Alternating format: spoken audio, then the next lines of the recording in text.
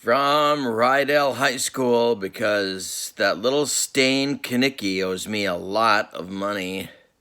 This is Kurt Berglund with another Pine Tar Great Team Set baseball briefing. Information about the team to get you going on the Pine Tar Baseball Great Team Set being released soon. Today, the 1971 Pittsburgh Pirates. Not We Are Family. God, didn't that get a little bit annoying. But instead, a Danny Murtaugh club from 1971 that came from a 3-1 deficit in the 1971 World Series to overtake and defeat the 1971 Baltimore Orioles, featuring 4 20-game winners on their pitching staff. If you haven't seen the series on YouTube, do yourself a favor.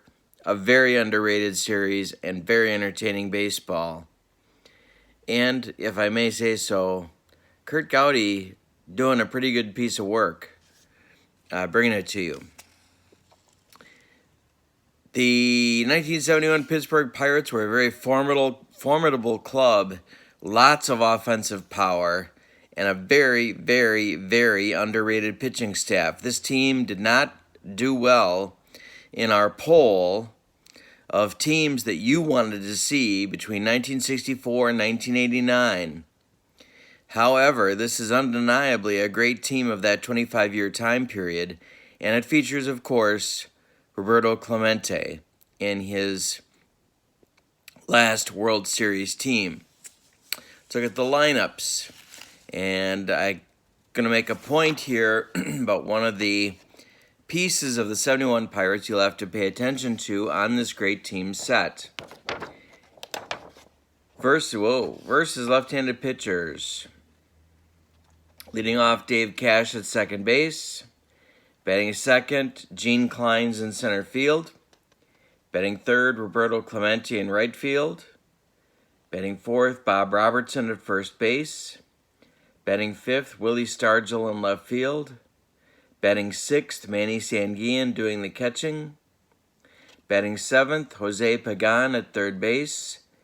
And batting eighth, I can count, don't worry. Batting eighth, shortstop Jackie Hernandez.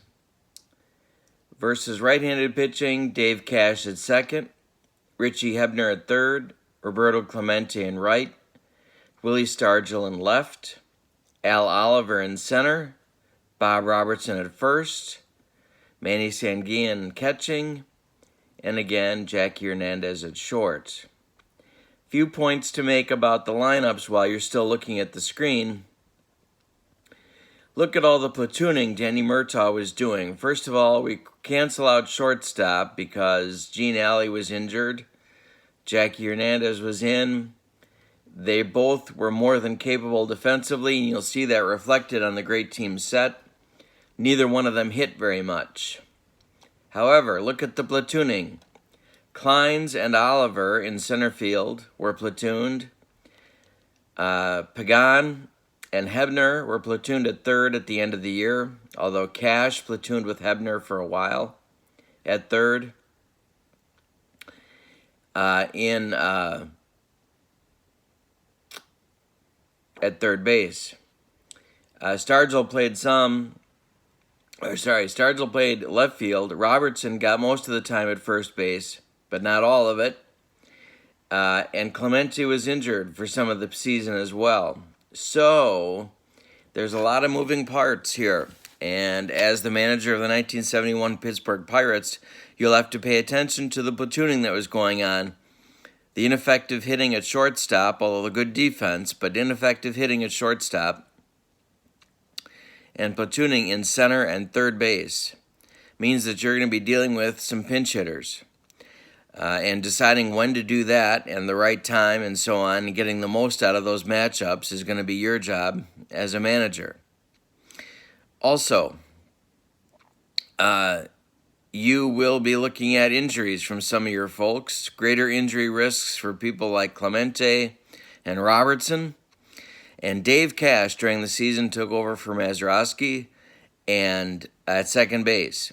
And so there was a sort of a changing of the guard there. And if you watch the 71 World Series on YouTube, you'll see that it was sort of Cash's coming out party as a second baseman. And he played very, very well. He was a very impressive player during that series. The pitching was underrated on the 1971 Pittsburgh Pirates, mostly because everyone couldn't stop talking, and rightly so, about the 420 game winners that the Orioles had going for them in 1971. Cuellar, Dobson, McNally, and Palmer.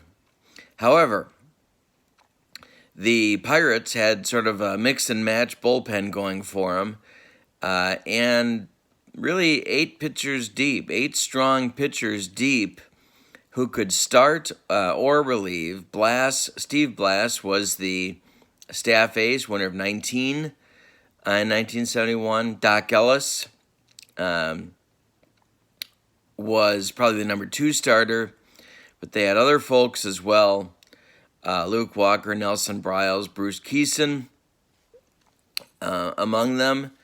Mudcat Grant at the end of his career as well.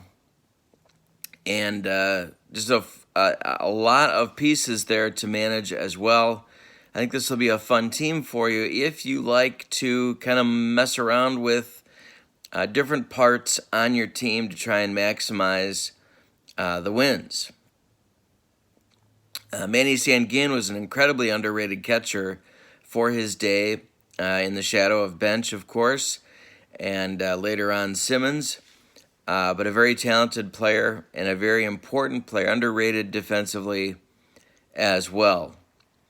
Richie Hebner was getting his career started, and so was Al Oliver, but both were accomplished left-handed hitters and contributed to the run production. And the man who I think is really sort of missed on this team is the damage that Willie Stargell could do, especially against right-handed pitching, but really against all kinds of pitching, and would lead to a lot of runs scored. And finally, last but not least, Roberto Clemente, batting third in the lineup,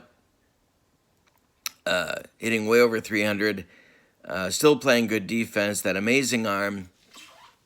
This is a very, very good team with a lot of fun pieces to it, but you're going to have some challenges to manage the platooning.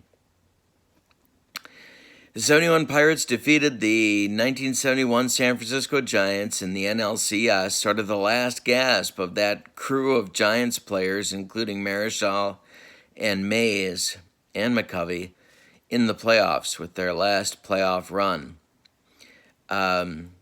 But a dangerous Giants team, and one that could have won, but they handled them easily and moved on, got themselves behind to the Orioles, and then finally caught up and eventually won the championship. So, again, a fun team, lots of runs, a surprising defense, and as I said, some good pitching too. Do yourself a favor, check out YouTube's highlights and the gameplay of the 1971 World Series. A lot of fun there for you to check out. If you don't know this team very well, I think you're really going to enjoy using them in the Pine Tar Baseball Great Team set. They're going to surprise some folks if you run some tournaments or do a mini-season. This team is not to be trifled with.